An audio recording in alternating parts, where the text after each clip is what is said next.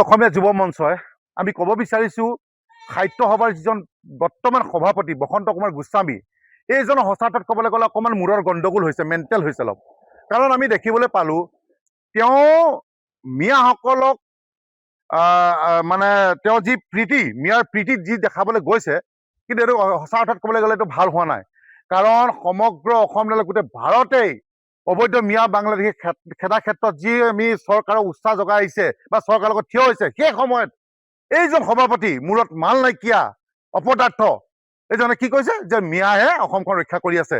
আৰু আমি দেখিবলৈ পালোঁ যে শিৱসাগৰ কিবা যোৰহাটতো বোলে অসমীয়াবিলাক কম নম্বৰ পায়। তেওঁ জানে নেকি অসমৰ ইতিহাস নজনা মানুহে এই এনেকুৱা ধৰণৰ কথা ক'লে শোভা নাপায়। গতিকে আমি এটাই কথা ক'ব বিচাৰিছোঁ, অসম সাহিত্য সভাত আমি জনামতে বহুতো গুণী জ্ঞানী মানুহ বহুত আছে।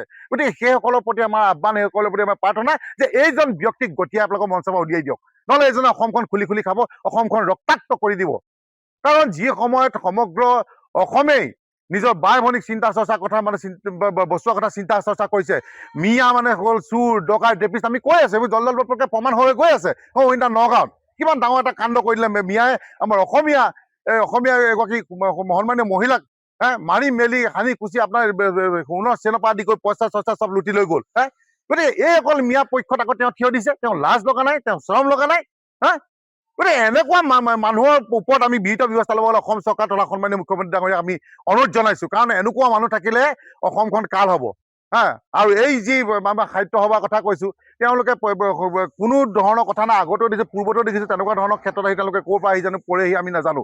গতিকে সঁচা অৰ্থত ক'বলৈ গ'লে সাহিত্য সভাত বহুতো গুণী জ্ঞানী মানুহ, আকৌ কৈছোঁ বহুতো গুণী জ্ঞানী মানুহ আছে। সেইসকলৰ প্ৰতি আমাৰ আহ্বান, সেইসকলক আমি প্ৰাৰ্থনা জনাইছোঁ যে এইসকলৰ এই ব্যক্তিজনৰ ওপৰত বিহিত ব্যৱস্থা লগাওক। কাৰণ কেলে যদি কাৰ্বিসকল অসমীয়া নহয়, বড়োসকল অসমীয়া নহয়, মিচিংসকল যদি অসমীয়া নহয়, অসমীয়া কোন আমাক উত্তৰ দিয়ক। এইজনে এই 420 জনক এই বসন্ত কুমাৰ গোস্বামীক সুধিব বিচাৰিছোঁ যে অসমীয়া কোন আপুনি কওক, আপুনি উত্তৰ দিয়ক। আৰু উত্তৰ যদি দিব নোৱাৰে এনেকুৱা ফটোৰ কথা আমি নক'ব, এনেকুৱা ফটোৰ কথা নক'ব। আমি মা ভনী হৰুৱাইছোঁ, আমি হৰুৱাইছোঁ।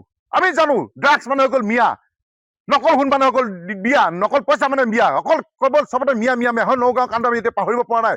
আপুনি দেখা নাছিলে সেই বোৱাৰীগৰাকীক মাৰি পেলাই কি পৰিস্থিতি গ'ল, এটা 3 বছৰীয়া সন্তান থাকি গ'ল। কিমান ছোৱালী ৰেপ কৰিছে, সৰু ছোৱালী ধৰ্ষণ কৰিছে, ৰেপ কৰিছে। গতিকে আপোনাৰ লাজ লগা নাই? আকৌ সেই মিয়াসকলক আপুনি সমৰ্থন জনাই, উৎসাহ জনাই আপুনি মিয়াসকলক আগবঢ়াই দিছে যে অসমখন মিয়াই ৰক্ষা কৰি আছে।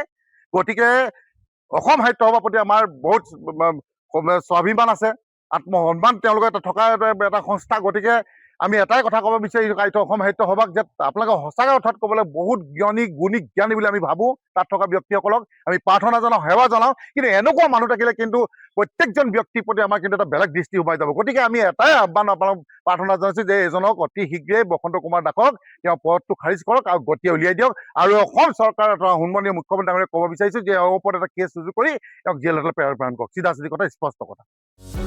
যিকোনো খবৰৰ বাবে যোগাযোগ কৰক আমাৰ এই নম্বৰত 9181 307 221।